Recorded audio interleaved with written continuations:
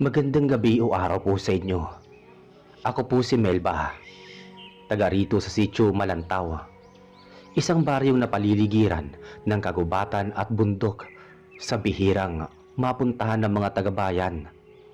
Ang kwento kong ito ay nangyari pa noong taong 1979 at hanggang ngayon tuwing naaalala ko yung mga nangyari, kinikilabutan pa rin ako. Hindi po ito gawa-gawa lang. Sa totoo lang, ilang taon na akong nananahimik bago ko nagawang ikuwento ito sa iba. Isa ito sa mga kwentong halos hindi pinaniniwalaan ng iba. Pero ako, saksi ako mismo sa lahat. Ang kwento ay tungkol sa isang matandang ermitanyo na nakilala namin noon bilang si Mang Lino. Matagal na siyang naninirahan mag-isa sa paanan ng bundok.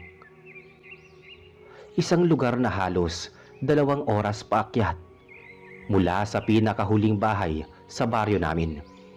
Ang sabi ng matatanda, doon daw siya tumira mula noong dekada 50 pagkatapos mamatay ng pamilya niya sa sunog.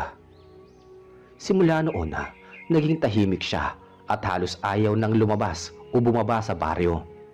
Sa tuwing may kailangan lang siyang asin, posporo o bigas, saka lang siya bumababa. Madalas tuwing hapon nakaputi palagi, may hawak na tungkod na gawa sa matigas na kawayan at laging nakatungo habang naglalakad. Pero kahit ganon, mabait si Mang Lino. Walang masamang sinasabi sa kanya ang mga tao. Ang sabi ng ilan, marunong daw siya ng panggagamot at may alam sa ginagawa din ng albularyo. Kapag may nagkakasakit at hindi gumaling sa albularyo sa baryo, inaakyat siya ng ilang tao para humingi ng tulong. Tahimik lang siya pero mabisa daw ang mga halamang ginagamit niya. Isang araw, bandang Hunyo 1979, may napansin ang mga taga-baryo. Ilang gabi na raw na may naririnig na iyak ng bata mula sa direksyon ng bundok. Akala ng iba may naiwang pamilya o nagkampo lang doon. Pero sabi ni Aling Dalisay, isang matandang nagtitinda ng gulay, hindi raw iyon iyak ng normal na bata.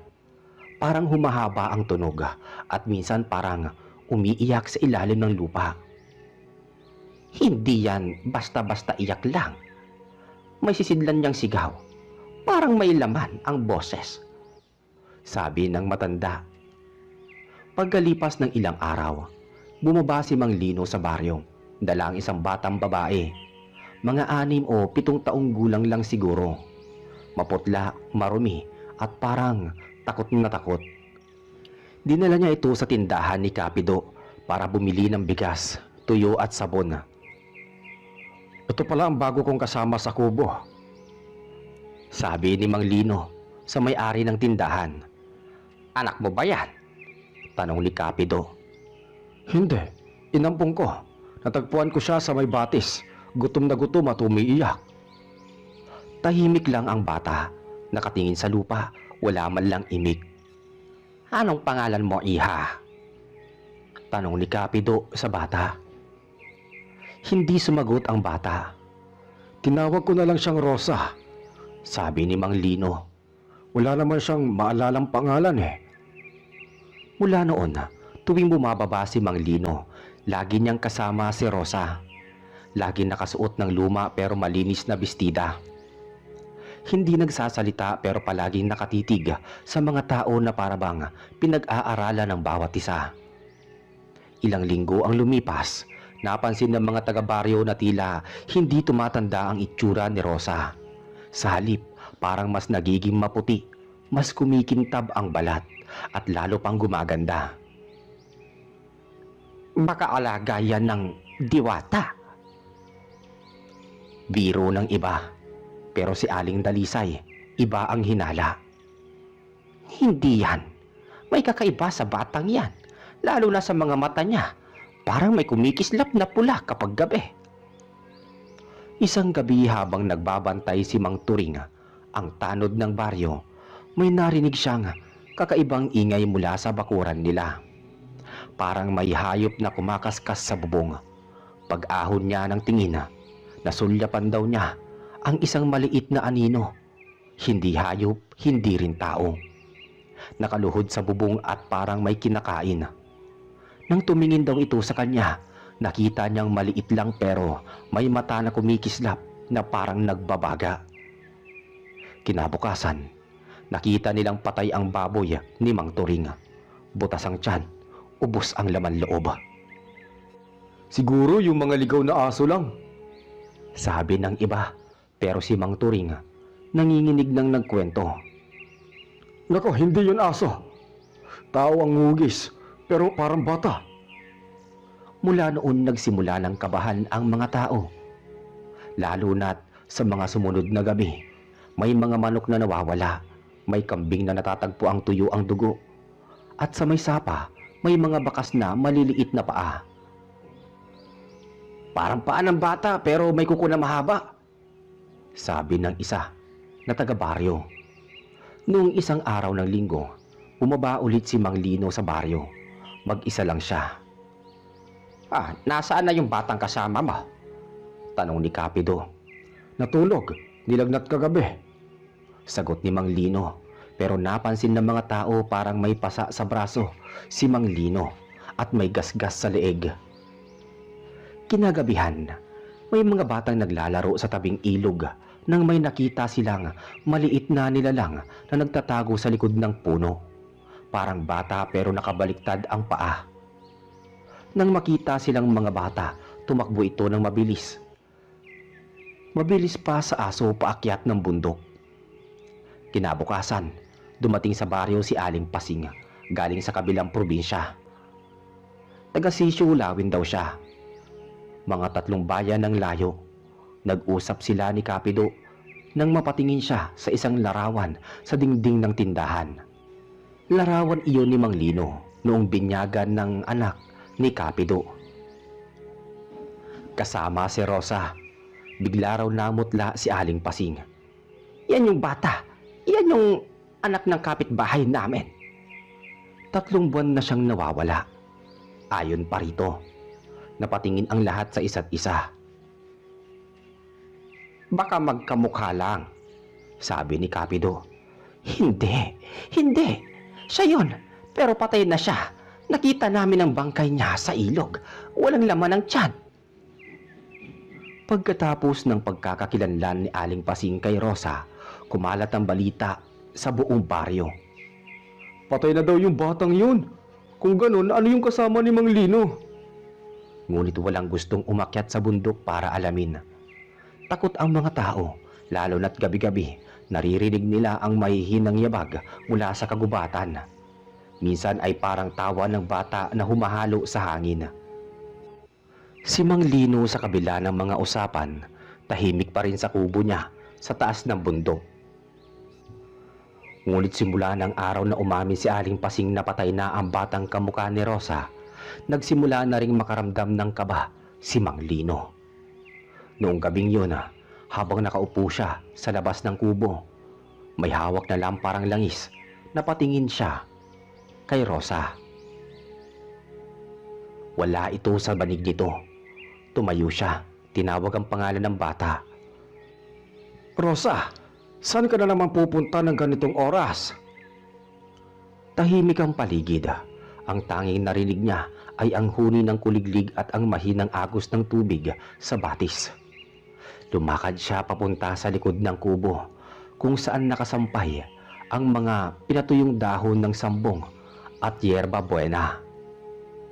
Pagliko niya roon, bigla niyang naamoy ang matapang na amoy ng dugo. At sa liwanag ng lampara, nakita niya si Rosa. Nakaluhod, may hawak na manok at sinisipsip ang leeg nito habang dumadaloy ang dugo pababa sa bibig niya. Napatigil si Mang Lino. Nanigas, hindi siya makapagsalita. Paglingon ni Rosa, nakangiti siya pero puno ng dugo ang mga ngipin at labi niya. Lolo, gutom po ko.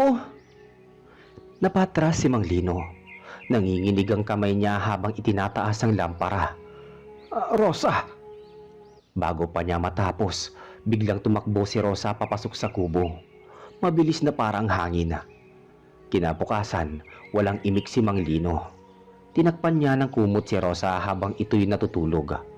Sa liwanag ng araw, mukha lang itong inosenteng bata. Pero napansin niyang mainit ang balat nito at parang walang pulso kapag hinahawakan. Pagdating ng tanghali, bumaba si Mang Lino sa baryo para bumili ng asin at langis. Nang tanungin siya ni Kapido kung ayos lang ba si Rosa, ang sagot niya ay, Oo, nilagnat lang. Bata pa kasi, mahina pa siguro ang resistensya. pero sa loob-loob niya hindi na siya mapalagay. Pagbalik niya sa kubo, wala na si Rosa. Wala na rin sa paligid ang mga damit nito, nakakalat. Sa lupa may mga bakas ng paa na parang sa bata pero nakabaliktad. Sinundan niya iyon hanggang sa may batis. Doon nakita niya si Rosa nakaupo sa bato, nakatingin sa langit. Rosa, saan ka galing? Ngumiti lang ito. Nakakita po ako ng mga tao sa ibaba. Ang saya nila. May nagkakantahan. Bawal bumaba doon. Mariing sambit ni Mang Lino. Bakit po? Maraming tao, hindi mo kilala. Tahimik lang si Rosa. Pagkatapos ay tumingin sa kanya. May ngiting kakaiba.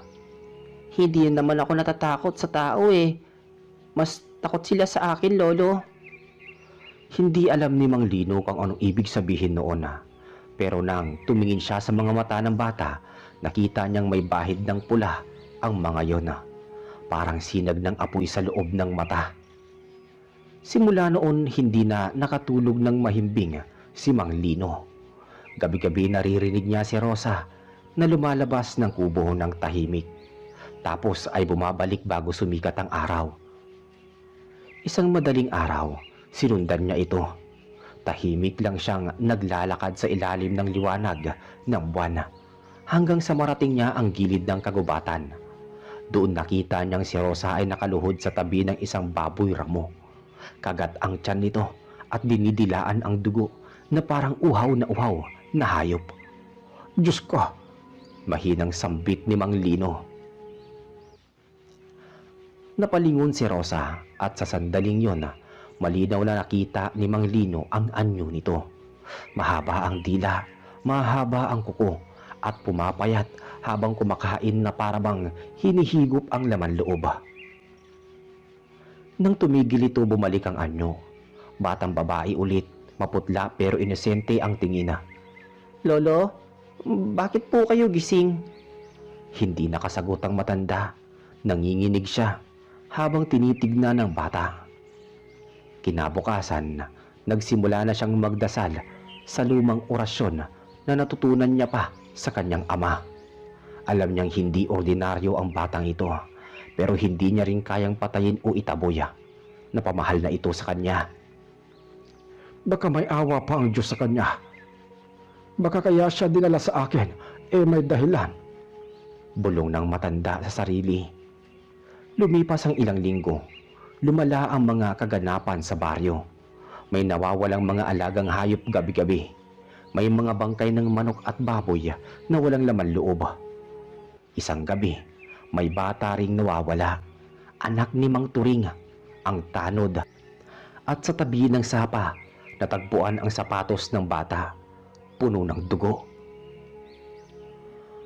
Kinabukasan may mga umakyat sa bundok para hanapin kung may bakas. Pagdating nila sa lugar ni Mang Lino, nakita nila si Rosa na nakatayo sa labas ng kubo, nakangiti sa kanila. At maya-maya, biglang pumasok sa loob na sobrang bilis. Mang Lino, nasaan ang kasama mo? Tanong ng isa. Natutulog sa loob. Sagot ni Mang Lino halatang hindi mapakali. Pag-alis ng mga tao, umarap si Mang Lino kay Rosa. May kinalaman ka ba sa bata sa ibaba? Sumagot ka. Unti-unting tumingin si Rosa sa kanya. Malamig ang tinig. Hindi ko siya sinaktan. Gutom lang ako eh. Nanginig si Mang Lino. Diyos ko, ano bang klaseng nilalang ka? Hindi ko rin alam. Pero simula nung gumising ako sa ilog, hindi na ako katulad nila. Mula noon na, halos mabaliw si Mang Lino sa takot at awa. Nilalagnat siya gabi-gabi. Iniisip kung dapat bang itaboy si Rosa o tulungan. Pero tuwing nakikita niya itong nakahiga, parang batang ulila lang. Hindi halimaw kundi isang nilalang na hindi pinili ang pagiging ganoon. Hanggang isang gabi, nagising siya sa ingay ng kaluskos sa labas. Paglabas niya, may nakita siyang tatlong nilalang, mga anino, mahaba ang dila, lumilipad sa sangahan ng mga puno. Isa sa mga ito ang bumulong. "Ibalik mo siya sa amin, hindi siya para sa inyo." At mula sa loob ng kubo, narinig niyang umiyak si Rosa. Gabi na noon at ang paligid ng bundok ay tahimik maliban sa ihip ng hangin at huni ng mga kuliglig. Nakaupo si Mang Lino sa tapat ng kanyang kubo, hawak ang lamparang halos maubos na ang langis. Nanginginig pa ang kanyang mga kamay, hindi dahil sa lamig, kundi dahil sa takot na sumasakal sa dibdib niya. Narinig pa rin niya ang mga tinig mula sa dilim, may hinang boses ng mga nilalang na parang nagmumula sa hangin. "Ibalik mo siya sa amin," wika ng kanyang naririnig. Dinig din niya ang iyak ni Rosa sa loob ng kubo. Nang tuluyan niyang maisip na baka may masamang mangyayari, dali-dali siyang pumasok. Nakita niya ang bata na nakaupo sa sulok, yakap ang sarili, nanginginig. "Lolo, nandito sila. Gusto nila akong kunin." Bulong ni Rosa. Namumula ang mga mata. Lumapit si Mang Lino, nilapitan ng bata at tinakpan ito ng kumot. "Huwag kang lalabas, Rosa. Walang makakakuha sa'yo habang ako'y naririto." Pero sa labas ng kubo, may mga anino nga kumikilos. Parang tatlong tao. Pero ang mga galaw ay hindi normal. Mabibilis, pasuray-suray, at nakalapat sa lupa ang mga kamay habang gumagapang. Maya-maya, may kaluskos sa bubong. Tapos may mahina ngunit nakakapangilabot na halakhak. Kinuha ni Mang Lino ang anting-anting na nasa ilalim ng kanyang banig. Isang lumang bato na may ukit ng krus at tatlong titik na hindi niya mabasa. Matagal niya na iyong gamit tuwing may nagpapagaling sa kanya, panlaban daw sa masasamang espiritu. "Kung totoo man kayo, subukan niyong lumapit." Bulong niya. Sa isang iglap may kumalabog sa pinto. Malakas, parang may bumangga. Tapos may boses ng babae. "Lino, buksan mo. Ako ang ina ni Rosa." Halos magdugo ang tenga ni Mang Lino sa kakaibang tono ng boses. Malambing pero malamig, parang walang laman ang kaluluwa. "Hindi mo ako maluloko." "Hindi mo siya pag-aari. Dugo namin siya. Ibinigay lang siya sa iyo para lumakas. Pero ngayon, kukunin na namin." Niyakap ni Rosa ang kanyang lolo. "Lolo, ayaw kong sumama sa kanila." "Hindi kanila makukuha hanggat humihinga ako." Ngunit sa sandaling yon, may sumampal na hangin sa buong paligid. Pumasok sa mga siwang ng dingding ang malamig na ihip. Sabay may bumalot na amoy ng bulok na karne. Paglabas ni Mang Lino ng kubo, nakita niya ang tatlong nilalang. Isa sa kanila babae na mahaba ang buhok, maputla ang balat at nakalabas ang dila na singhaba ng braso ng bata. Ang dalawa naman ay lalaki, payat na parang buto-buto na, may mga mata na kumikintab at humpak ang pagmumuka. "Bakit niyo siya gustong kunin? Bata siya, walang kasalanan." "Hindi siya tao. Isa siya sa amin, anak ng lahi ng gabi. Binuhay mo lang siya nang di mo alam ang kapalit." Nang sandaling yun naalala ni Mang Lino ang unang gabi nang makita niya si Rosa. Nakaluhod sa tabi ng batis, umiiyak, marumi at tila naliligaw. Ang tubig noon kulay dugo. Akala niya lang nasugatan ng bata, pero baka iyon na ang hudyat. Bumalik siya sa loob, Kinuha ang sako ng asin, binudbura ng paligid ng pinto at mga siwang ng dingding. Ayokong ibigay ang batang yan. Wala na kayong karapatan sa kanya. Narinig niya ang sigaw ng mga nilalang sa labas, matinis at parang sabay-sabay. Kung di mo siya ibibigay, kukunin namin siya. Biglang lumipad ang bubong ng kubo, tinangay ng malakas na hangin, at pumasok ang isa sa mga aswang. Napaatras si Mang Lino. Niyakap niya si Rosa habang ang nilalang ay naglalakad papalapit. Nakangisi, bumubuka ang bibig na may matutulis na ngipin. Pero bago ito makalapit, itinapo ni Mang Lino ang anting-anting sa hangin at sumigaw ng orasyon na matagal niya nang hindi binibigkas. Sumigaw ang nilalang na patras, nasunog ang balat na parang dinilaan ng apoy. Kasunod nun naglahong parang usok ang tatlo. Nang matapos ang lahat, bumagsak sa sahig si Mang Lino. Habol ang hininga. Si Rosa naman ay nakayakap pa rin sa kanya. Umiiyak. Lolo, babalik sila?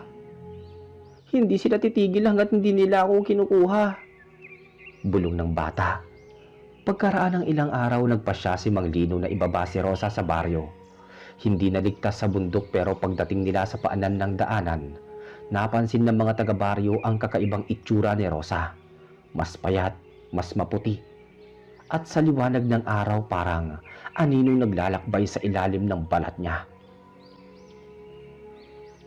Bata, anong nangyari sa'yo? Tanong ng isa sa kanila. Ngumiti si Rosa, mahina, tapos tumingin sa araw. At ng mga sandaling yon, dumugo ang mata niya. Magsisigaw na sana ang mga tao, pero tinakpan ni Mang Lino ang bata. Sumigaw siya. Walang lalapit. Bata lang ito, ngunit halatang nanginginig siya. Gabi ring iyon, nagpasya siyang dalhin si Rosa sa lumang simbahan sa kabilang baryo.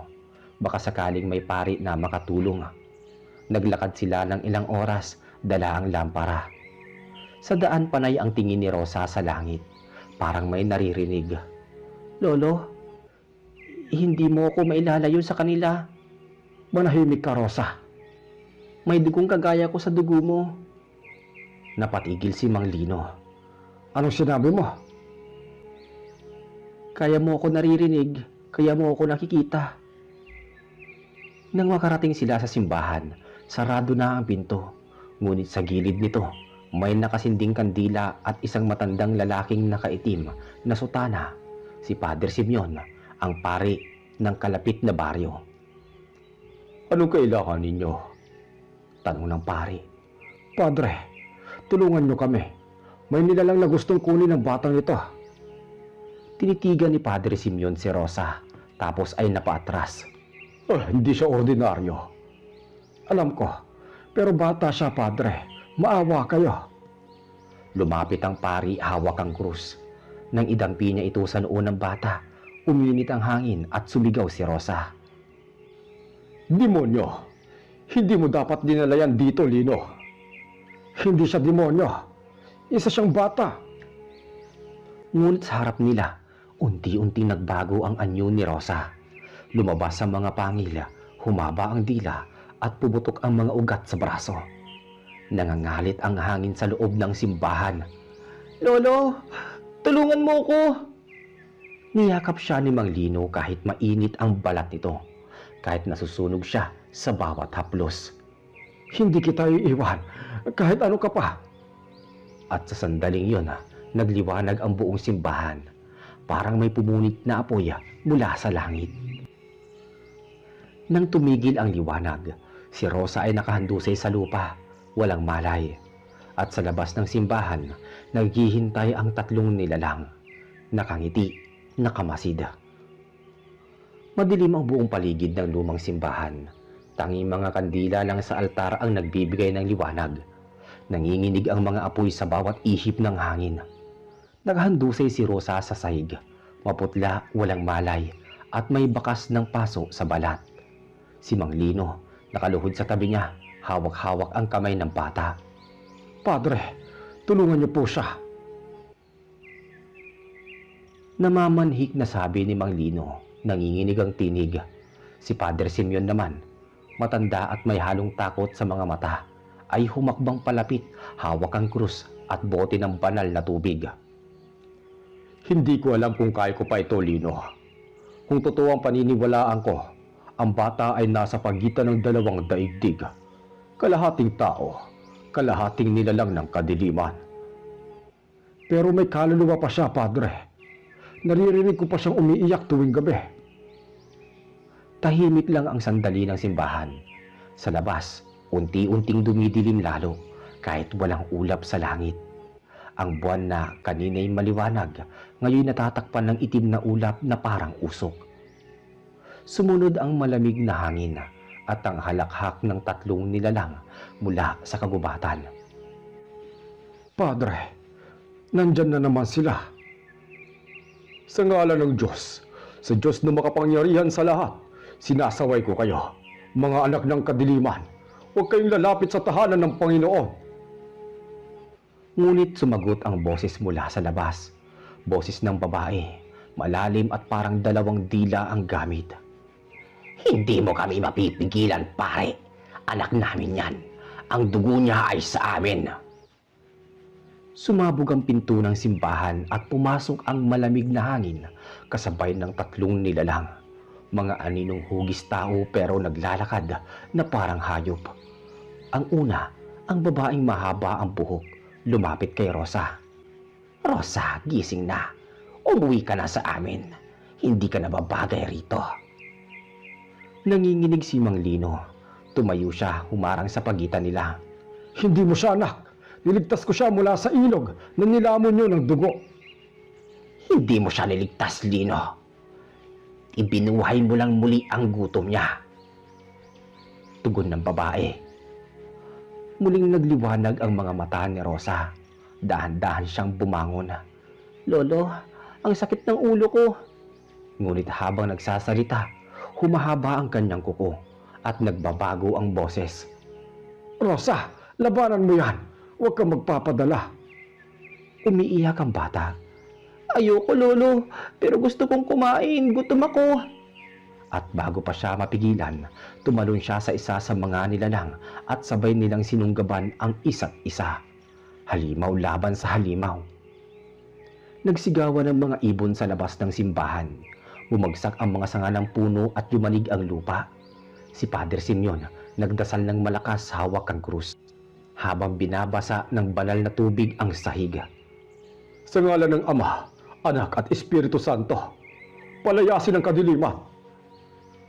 Nang mapatak ang tubig kay Rosa, napasigaw siya ng malakas. Hindi sa sakit kundi sa pagkakahati ng loob niya. Lolo, tulungan mo ko. May mga boses sa loob ng ulo ko. Lumapit si Mang Lino kahit nasusunog ang balat niya. Sa init galing sa katawan ng bata. Rosa, anak, makinig ka. Hindi mo kailangan maging katulad nila. Kaya mo labanan yan. Wala ka nang magagawa, matanda. Sa bawat gabi, unti-unti siyang magiging isa sa amin. At kapag natapos ang ikatlong gabi ng buwan, magiging ganap na siya. Lumapit si Padre Simeon. Tinutok ang krus sa babae. Kung anak ng dilim ka, masusunog ka sa liwanag ng Diyos. Ngunit tumawa lang ito at sa isang iglap, lumipad at sinunggaba ng pari. Sumabog ang lampara, nagliyab ang sahig. Padre! Sigaw ni Mang Lino. Lolo, nasusunog po si Padre. Wala na tayong oras, anak. Kailangan nating tumakas. Lumabas sila sa gubat. Nagdilima. Walang buwan. Ang mga kuliglig tahimik. Ngunit habang tumatakbo sila, naririnig ni Mang Lino ang pakpak ng mga nilalang sa taas. Mabilis, mabigat, parang malalaking paniki. Lolo, hindi sila titigil. Babalikan nila tayo. Kung ganoon, dito na natin to tatapusin. Dinala niya si Rosa sa isang lumang kuweba sa gilid ng bundok kung saan dati siya nag-aalay ng halamang gamot. Doon may lumang bilog na bato sa gitna, altar ng mga ninuno, sabi ng matatanda. Lolo, anong gagawin natin? Kaya mong pumili, Rosa. Tao ka, hindi ka halimaw. Ngumiti ang bata pero may luha sa kanyang mga mata. Pero yung dugo ko hindi sa tao. Nararamdaman ko kapag may dugo, naaamoy ko kaagad. Kung ganoon, dito mo tapusin ang sumpa. Ako ang bahala sa'yo. Ngunit bago pa siya makapagpatuloy, dumating na ang tatlong nilalang. Mula sa itaas ng kuweba, bumagsak ang mga ito. Humihiyaw, humahagik-gik. Wala ka nang ligtas, bata. Hinawakan ni Mang Lino ang kamay ni Rosa, sabay itinapat sa altar. Kung kailangan ng sakripisyo, ako na lang. Sigaw ni Mang Lino. Huwag mo na siyang kunin. Ngunit si Rosa ay umiiyak at nanginginig. Hindi pwede, Lolo. Ako ang dapat mawala. Ako ang sumpa. At bago pa siya mapigilan, kinagat niya ang sarili niyang braso at idinikit ang dugo sa bato. Sumigaw siya ng napakalakas. Boses ng bata, boses ng halimaw na sabay-sabay. Kumulog ng malakas. Yumanig ang lupa at nagliwanag ang kuweba. Ang tatlong nilalang ay napapasigaw habang nagliliyab at natutunaw sa apoy. Si Rosa nakatayo sa gitna, umiiyak habang unti-unting naglalaho ang anyo niya sa liwanag. Lolo, Rosa anak, huwag mong gawin yan. salamat po sa pag-ampon. Mahina niyang sabi bago tuluyang naging abo ang kanyang katawan. Naiwan si Mang Lino nakaluhod, yakap ang mga abo. Tahimik ang paligid, tanging hangin lang ang humahaplos sa kanyang balikat. Kinabukasan, natagpuan siya ng mga taga-baryo sa kuweba. Nakatulala, hawak ang lumang bato na may marka ng dugo. Wala na si Rosa. At mula noon, hindi na muling nakita si Mang Lino sa baryo. Sabi ng mga matatanda, minsan daw kapag gabi ay tahimik ang bundok. May nakikita silang matandang lalaki na may kasamang batang babae. Naglalakad sa gilid ng batis, may dalang lampara. Tahimik lang daw, pero kung makikita mo sa liwanag, ang anino ng bata, walang paa. Makalipas ang 15 taon matapos mawala si Mang Lino at si Rosa, nanatiling tahimik ang baryo. Walang gustong pumunta sa parte ng bundok kung saan naroon ang kuweba. Sabi ng matatanda, may mga ilaw daw na biglang lumalabas tuwing kabilugan ng buwan. Ilaw na parang lampara at minsan ay tinig ng bata na tumatawag ng Lolo.